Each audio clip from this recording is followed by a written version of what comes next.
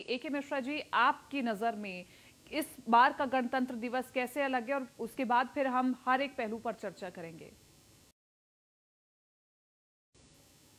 देखिए, ना भूतो ना भविष्य। सबसे पहले तो मैं आप सबको, आपकी टीम को और देशवासियों को 26 जनवरी की बहुत-बहुत हार्दिक शुभकामनाएँ देना चाहूँगा।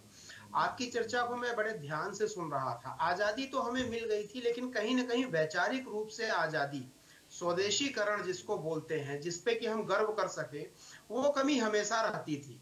सबसे पहली बात मैंने नोट ये की है कि आप ये देखिए, कर्तव्य पथ पे जो सबसे पहली पंक्ति में मज़दूर बैठे हुए हैं, सीना वाक़ई में गौरवान्वित हो जाता है, मन मस्तिष्क गौरवान्वित हो जाता है। एक ताजमहल था, जब बना था तो मज़दूरों के हाथ कटवा लिए गए थे, और आज ये मज़दूर हैं, उनको वो सम्मान दिया जा रहा है, जो भारत के भविष्य का निर्माण कर रहे हैं। इसी तरीके से आप ये देखिए कि पहले जिन लोगों को पद्म भूषण, पद्म विभूषण पुरस्कार दिया जाता था, वो क्या था? लुटियन जोन से थे। आज उन लोगों को पद्म भूषण, पद्म विभूषण पुरस्कार दिए जा रहे हैं, जिनके पैरों में चप्पल नहीं होती है। यानी जो असली भारतीय हैं, जिन्होंने भारत माँ की सेवा की है, समाज में अपना कंट्रीब्यूशन किया है, उनको वो सम्मान मिल रहा है। और यही तो सबसे बड़ा जो स्वदेशीकरण होता है, वो यही होता है कि जो हमारे यहाँ हैं, जो इंडिजीनस जितनी चीजें हो रही हैं, उनको सबसे पहले सम्मान देना। ये एक जो जागृति आई है वैचारिक रूप से, तो इसको मैं बोलता हूँ वैचारिक आजादी। वैचारिक आजादी अभी पिछले कुछ सालों से शुरू हुई है। रही बात और उपलब्धियों की, देखें तो उपलब्धियों की तो जैसे अंबार लग गया हो, उनकी स्पीड इतनी बढ़ गई हो। आप किसी भी फील्ड को लीजिए, ग्लोबल पॉलिटिक्स की आप बात करिए, जिस हिसाब से भारत का दबदबा पूरी दुनिया में बढ़ा है, और जो जिनके सामने हम हमेशा घुटने टेकते रहते थे, इसके पहले जो राजनेता होते थे, जो सरकारें होती थी, आज वो मजबूर हैं, हम उनके साथ बराबरी बराबरी का कंधे से कंधा मिला करके आत्मसम्मान के साथ हम वैश्विक पटल पे उभरे हैं। अगर आप सेना की बात करें, तो सेना में जितनी चीजें पहले आउटसोर्स कर ली जाती थी, बहुत सारी चीजें मंगा ली जाती थी, आज उसका उत्पादन हम खुद कर रहे हैं। ये हमारे लिए बहुत बड़ी अचीवमेंट है। सड़कों का निर्माण देखिए, जहां कहीं पगडंडियां होती थी, आज वहां 6 लेन हाईवे है। ये सारे निर्माण पहले क्यों नहीं हुए? ये जो निर्माण की एक श्रृंखला चल चुकी है, जिसको कि मैं राष्ट्र निर्माण की बात करता हूं, वैचारिक रूप से, फिजिकल रूप से, मेटेरियलिस्टिक रूप से, इंडस्ट्री के रूप में आप ये देखें, तो यही तो वैचारिक स्वतंत्रता है, जहां की हमें लगे कि हाँ भाई, ये हमारा अपना है, ये भारतीयों ने बनाया है, ये हमारे पैसे से बना हुआ है। तो यही तो असली स्वतंत्रता है, जिसका इंतजार देश की 140 करोड़ की जनसंख्या पिछले 70 सालों से कर रही थी। आखिर कहने के लिए तो हमारे पास हो कि हाँ, ये चीज हमने बनाई है, ये भारतीयों ने बनाई है, ये वर्ल्ड लेवल की चीज है, इसकी क्वालिटी वर्ल्ड लेवल की है, जो भारतीय इंजीनियर ने बनाई है, भारतीय डॉक्टरों ने बनाई है। रही बात सर्वे भवन्तु सर्वे भवन्तु सुखिनः सर्वे सन्तु निरामया, ये हमारा एक मोटो रहा है, उद्घोष वाक्य रहा है, और इसको हमने कोविड में देखा। हमने अपने देश के लोगों की भी सेवा की, और बिना किसी भेदभाव के पूरी दुनिया में मानवता की सेवा के लिए हमने वैक्सीनें दी, हमने दवाइयां दी। भारत अपने उन चीजों को चरितार्थ कर रहा है, जो भारत के बेसिक प्रिंसिपल्स रहे हैं, जो भारत के बेसिक सिद्धांत रहे हैं भारतीय सभ्यता के। आज जनरल सीसी, मिस्र की सभ्यता भी एक बहुत पुरानी सभ्यता है, हमारे चीफ गेस्ट बने हुए हैं। मेरे कहने का मतलब कि एक सच्चा भारतीय, अगर आप खुले मन से सोचेंगे, तो वाकई में आपको लगेगा कि हाँ, वैचारिक स्वतंत्रता आज हमको मिलनी शुरू हो गई है। इस तरीके से वैचारिक रूप से भी हम विकसित हो रहे हैं। गुलामी की जितनी बेड़ियां हो सकती हैं, वो एक एक करके हम तोड़ते चले जा रहे हैं। और ये राजपथ पे जो आप देख रही हैं परेड, ये केवल एक मेयरली परेड आप इसको ये मत समझिए। आप इसको इस तरीके से देखिए, एक एक प्रोडक्ट को जो वहां पे दिखाया जा रहा है, एक एक आदमी को, राष्ट्रपति से लेकर के, राष्ट्रपति द्रौपदी मुर्मू, कितना मतलब गौरवान्वित क्षण महसूस होता है कि एक आदिवासी महिला जो है यहाँ पे राष्ट्रपति बनी है देश में। और इसके पहले कैसे बनते थे, किस तरह के लोग बनते थे? इससे ज्यादा गौरवान्वित होने की बात या क्षण मुझे लगता है कि पिछले जितने सालों में मैंने 15 अगस्त और 26 जनवरी को देखा है, हर 15 अगस्त, हर 26 जनवरी पे अगर देखा जाए, तो हम कोई न कोई नया माइलस्टोन जो है यहाँ पे स्थापित कर रहे हैं और दुनिया को दिखा रहे हैं। यही तो असली स्वतंत्रता है, यही तो असली गणतंत्र है, कि भारत के द्वारा ही अपने देश का कल्याण हो रहा है। और क्या कहा जाए। ए.के. मिश्रा जी, मैं आपसे ये जानना चाहती हूँ, क्योंकि लगातार हम चर्चा कर रहे हैं सेना के तमाम विषयों पर, और इसी के साथ साथ हम ये भी चर्चा कर रहे हैं कि भारत कितना आगे बढ़ रहा है, लेकिन उसी के साथ साथ सीमाओं पर भी चर्चा करनी बहुत जरूरी है। LAC, LOC जो सबसे प्रमुख चर्चा का विषय रहते हैं, उसके अलावा और भी अन्य बॉर्डर्स हैं, लेकिन दो हमेशा चर्चा में रहते हैं और इन दोनों की चर्चा होती है। लेकिन विपक्ष को हमेशा ऐसा लगता है कि हम लोग अभी सेफ नहीं हैं, लेकिन अगर हम मौजूदा सरकार की बात करें तो यही हमेशा कहा जाता है कि मुंह तोड़ जवाब दिया जाता है। इस पर आपका क्या कहना है? किसकी बातों पर यकीन करे आम व्यक्ति? देखिए, बात अगर चुनाव की हो, LAC की हो, LOC की हो, उसके ऊपर कोई क्वेश्चन उठाया तो मैं सीधा समझता हूं कि सेना के शौर्य के ऊपर क्वेश्चन उठाया जा रहा है, ना कि राजनीति या किसी दूसरी पार्टी के ऊपर। और मैं इतिहास से जो है गवाही देना चाहूंगा, बताना चाहूंगा कि कितने युद्ध लड़े हैं भारत ने आजादी के बाद से। सेना कभी भी फेल नहीं हुई है। सेना ने हमेशा जो है बढ़ चढ़ के प्रदर्शन किया, जो लक्ष्य निर्धारित किए उसको उन्होंने प्राप्त किया है। तो ये बोलना कि सीमाएं सुरक्षित नहीं है, चाहे LOC हो चाहे LOC हो, मैं कुछ डेवलपमेंट बताना चाहूंगा आपको। अभी आप ये देखिए कि राइफल्स वगैरह की जरूरत जो होती है, पहले भारत में नहीं बनती थी, अब अमेठी में फैक्ट्री लग गई है। AK-203, AK-47 से बहुत ज्यादा अपग्रेडेड वर्जन है। पहले हम लोग इंसास यूज करते थे जो अपने यहाँ ही बनता था, अब उससे बहुत ज्यादा अपग्रेडेड वर्जन है।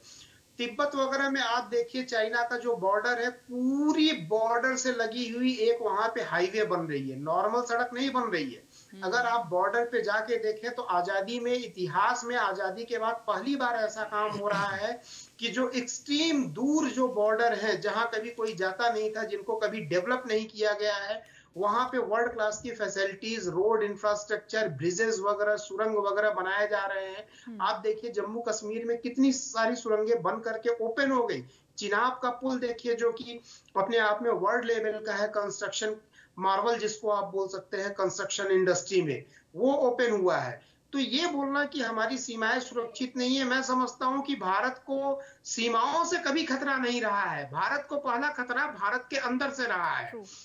भारत के अंदर से अगर खतरा नहीं होता तो भारत की सीमाएं तो हमेशा ही सुरक्षित रही हैं, और उसमें कोई जज्बे में कोई कमी नहीं रही है। चाहे पहली लड़ाई जो आप ये समझिए पोरस के टाइम से शुरू करिए, और उसके बाद फिर राजा दाहिर, उन्होंने जो कि सीमा पे उनका राज्य था, तब भी हमारी सीमाएं सुरक्षित थी। और उस वक्त के भी जो हमारे सैनिक थे, उन्होंने जान की बाजी लगा दी थी सीमाओं को सुरक्षित करने के लिए।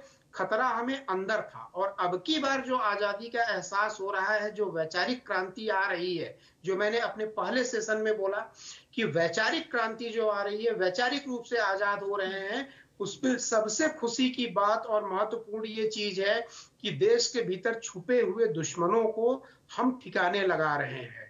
यहाँ भारत का हर एक आदमी जो अपने आप को भारतीय समझता है, जो इस मिट्टी से जुड़ा है, वो भी एक सैनिक है। हर भारतीय सैनिक है। हर भारतीय समझता है कि हमारा कर्तव्य है, हम जहां पे भी रहे, जैसे भी रहे, वैचारिक रूप से, आर्थिक रूप से, किसी भी प्रकार से हम भारत की सुरक्षा करें। तो हर तरफ हम लोग मुस्तैद हैं, चाहे बात शहरों की हो, गांवों की हो, चाहे डायरेक्ट कोई जो है वॉर में सीमा पे इन्वॉल्व है, या कोई बाहर शहर में है, गांव में है। तो ये एक बहुत बड़ी वैचारिक क्रांति आ रही है। बहुत सारे मैं उदाहरण दूंगा। आप ये देखिए, पहले हम लोग मोबाइल इंपोर्ट करते थे चाइना से, कुछ भी चीज होता था इंपोर्ट कर लो। आज नोएडा में फैक्ट्री लग गई है, वर्ल्ड क्लास की फैसिलिटी है। एप्पल के कितने सारे फोन हम लोगों ने बना के दुनिया को एक्सपोर्ट कर दिया। कोविड की वैक्सीन न जाने दुनिया को हमने कितना फ्री में बांट दिया। ऐसी बहुत सारी टेक्नोलॉजी है। आप मिसाइल की लीजिए, ध्रुव हेलीकॉप्टर हम लोगों के यहाँ बना हुआ है, जो अभी हमारे मित्र बना रहे थे।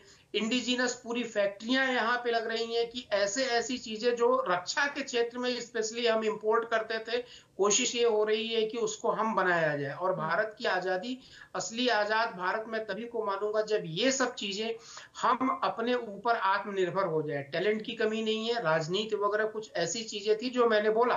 कभी भी एक एग्जाम्पल मैं दूंगा, नोटों की छपाई में जो घपले हुए थे, डेलारू कंपनी को जो है ठेका दिया गया था, मैं बोलता हूँ ठीक है, टेम्पररी अगर आपके पास फैसिलिटी नहीं है तो आप दे सकते हैं कुछ सालों के लिए, लेकिन सरकार ने कभी कोशिश नहीं की कि उस तरह की प्रिंटिंग फैसिलिटी, स्पेशली अगर करेंसी से रिलेटेड है जिसमें पूरी इकोनॉमी तबाह हो सकती है तो बहुत सेंसिटिव है, क्यों नहीं टाटा को या अपने यहाँ के उद्योगपतियों को बोला गया कि हाँ भाई ये फैसिलिटी अपने यहाँ डेवलप करें।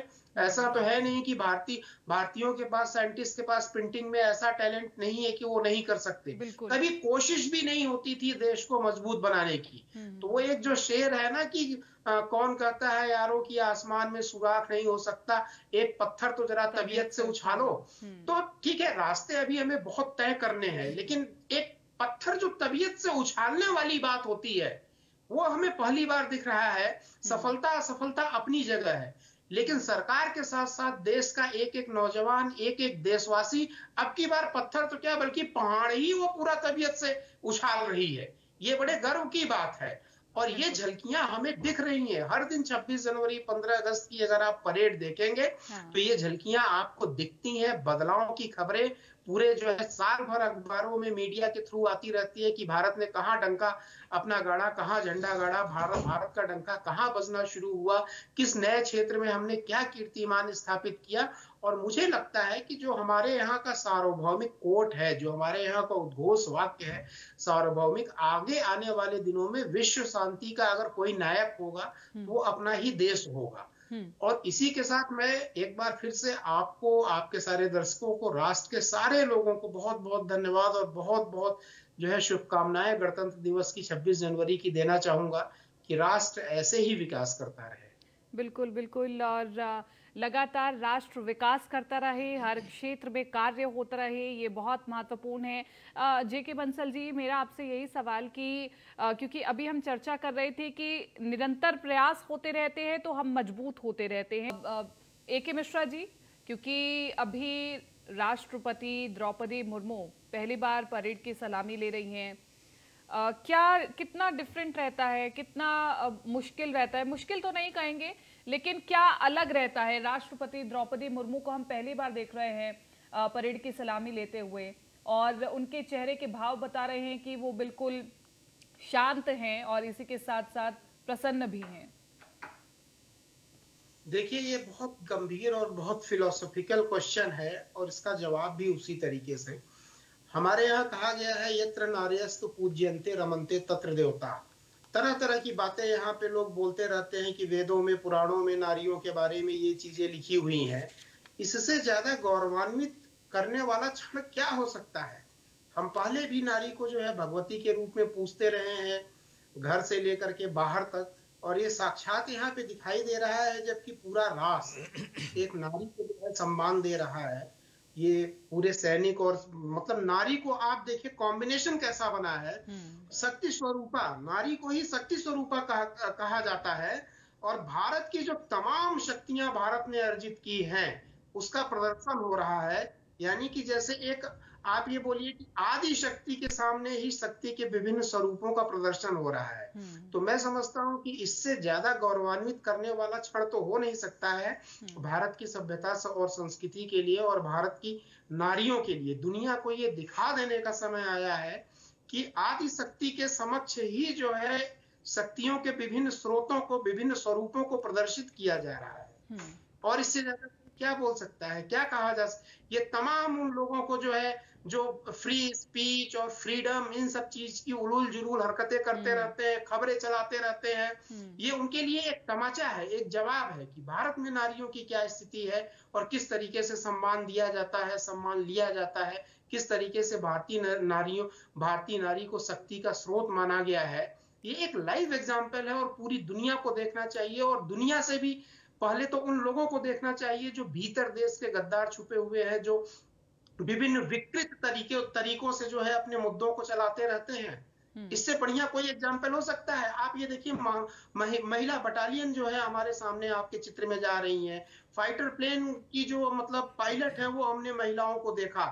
तो इससे बढ़िया नारी शक्ति का नमूना आपको कहाँ मिल सकता है, प्रदर्शन आपको कहाँ मिल सकता है? ये बताता है कि हम केवल बातें नहीं करते थे, हम केवल नारी की शक्ति के बारे में हम केवल बातें नहीं करते थे, ये कपोल कल्पना या कहानी नहीं थी, ये हम चरितार्थ करते आ रहे हैं और आज हम फिर करके दिखा रहे हैं। आप देखिए हर बटालियन में, हर क्षेत्र में नारियों की भागीदारी सर्वोच्च शिखर पे जो है हमारी राष्ट्रपति द्रौपदी मुर्मू जी बैठी हुई हैं। तो इससे बेटर और क्या बोला जा सकता है और क्या देखा जा सकता है कि भारत में नारियों की क्या दशा है और क्या दशा भविष्य में रहेगी। जो सम्मान नारियों को मिलना चाहिए था आदि शक्ति के स्रोत के रूप में, वो तो सीधे यहाँ पे दिख रहा है। साथ साथ ए.के. मिश्रा जी, मैं आपसे जानना चाहती हूँ, क्योंकि कर्तव्य पथ पर पहली बार मिस्र के सशस्त्र बलों ने परेड में हिस्सा लिया है, ये अपने आप में गौरवान्वित करने वाली बात है। लेकिन भारत और मिस्र के बीच परस्पर संबंधों को कैसे देखा जाए? ए.के. मिश्रा जी। बहुत बड़ा रोल रहा है। बहुत पहले से अगर देखा जाए, मिस्र एक बहुत पुरानी सभ्यता है और भारत भी एक बहुत पुरानी सभ्यता है और हमारे व्यापारिक संबंध बहुत पुराने हैं।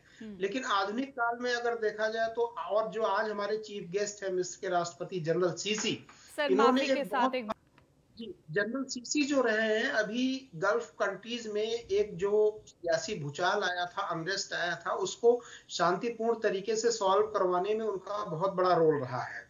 मिस्र डेफिनेटली अपने आप में पूरे गल्फ में देखा जाए, उस खित्ते में, उस क्षेत्र में एक बहुत बड़ा देश है जो कि पूरे उस खित्ते की राजनीति को प्रभावित करता है। तो शांति के लिए, विकास के लिए अगर देखा जाए तो जो जरूरतें भारत की हैं वही जरूरतें मिस्र की हैं।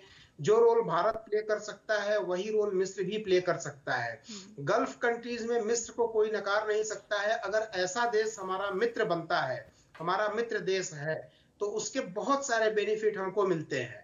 व्यापार में मिलता है, उसके बाद सामरिक शक्ति या ग्लोबल लेवल पे अपने पावर को बढ़ाने के लिए देखा जाए तो अगर मिस्र का सहयोग हमें मिल रहा है तो वो हमारे लिए, भविष्य के लिए, भारत के भविष्य के लिए एक बहुत महत्वपूर्ण कदम रहेगा। तो मैं तो ये बोलता हूं कि अगर मिस्र के साथ हमने दोस्ती का हाथ बढ़ाया है और उनको मुख्य अतिथि के रूप में इनवाइट किया है तो ये हमारे लिए एक बहुत फायदेमंद चीज रहेगी। मैं आपको बता दूं, इतिहास इस चीज की गवाही देता है कि किन लोगों से मित्रता की जाए। अंतरराष्ट्रीय राजनीति में अगर ये देखा जाए, ये इतिहास की भी बातें हैं, किन लोगों से मित्रता बना के रखी जाए जो कि हमारे लिए हर मामले में फायदेमंद होंगे और हमारे लिए और पूरे भूमंडल के लिए, पूरे विश्व शांति के लिए फायदेमंद होंगे। तो इस चीज को अगर देखा जाए तो भारत का ये कदम बहुत ही स्ट्रेटेजिक कदम है। मैं आपको बताना चाहूंगा, कुछ ऐसे राष्ट्र जो भारत के दुश्मन हैं या भारत का हित नहीं चाहते हैं, बीच बीच में, जैसे आप ये देखिए तुर्की हो गया, पाकिस्तान हो गया, कुछ इस तरीके की अरेबिक कंट्री या मुस्लिम कंट्री रही है जो भारत का विरोध उन्होंने कहीं न कहीं किसी न किसी तरीके से किया है। तो ऐसे में अगर मिस्र हमारा जो है एक सहयोगी राष्ट्र है, हमारा मित्र राष्ट्र है, तो उसका दबदबा, उसका दबाव डेफिनेटली उस खित्ते में, उस रीजन में जो भी कंट्रीज हैं और उनके जो राष्ट्राध्यक्ष हैं उनके ऊपर हमेशा एक दबदबा, एक प्रेशर तो बना ही रहता है। तो बहुत ही सूझबूझ के साथ लिया गया यह कदम है कि अंतरराष्ट्रीय राजनीति में भारत का दबदबा कैसे बने। देखिए, भारत हमेशा से ये मानता रहा है कि हमेशा युद्ध में उलझे रहे, हमेशा अगर विवाद में ही हम उलझे रहेंगे तो कभी भी विकास नहीं हो सकता है, कभी भी शांति नहीं हो सकती है। तो मैं तो ये समझता हूं कि केवल भारत के लिए नहीं बल्कि वैश्विक शांति के लिए, वैश्विक विकास के लिए अगर देखा जाए तो ये एक बहुत बड़ा कदम है कि भारत और मिस्र आज एक मित्र राष्ट्र के रूप में हमारे कर्तव्य पथ पे खड़े हैं।